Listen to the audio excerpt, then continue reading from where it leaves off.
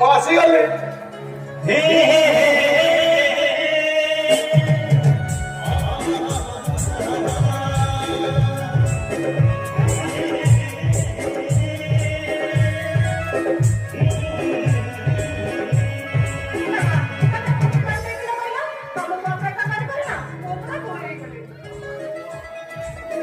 medical patient ଅପାର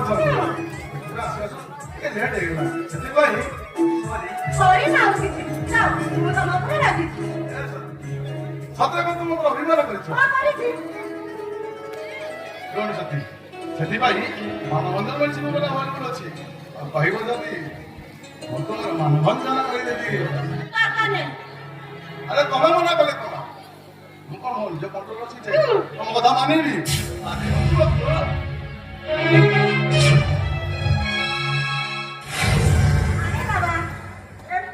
ଚୁମାଟିଆ କର୍କର ସେମିତି ରଖିବ ନା ମୋ ବାହାଘର କଥା ବୁଝିବି ନା ବାହାଘର ସେଟା ତ ଭାଇକି ପଚାରିବାକୁ ପଡିବ ଓ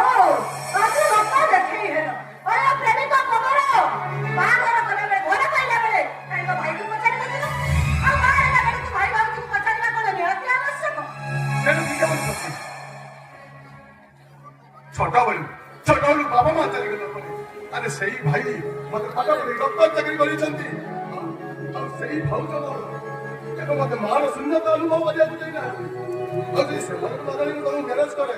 ସେଟା ଧର୍ମ ଦଇ ହେଇଯିବ ସତୀ ମୁଁ କିନ୍ତୁ ଏମର୍ଜେନ୍ସି ମୋଡରେ ଅଛି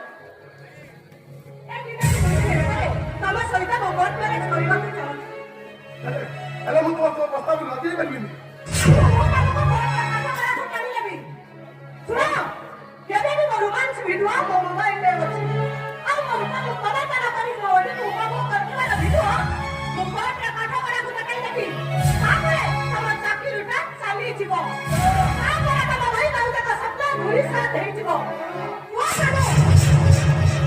ତିନିଟାକ ପ୍ରସ୍ତାବରେ ତମେ କୋଉ ପ୍ରସ୍ତାବରେ ରାଜି ତମେ ମତେ ମ୍ୟାରେଜ କରିବ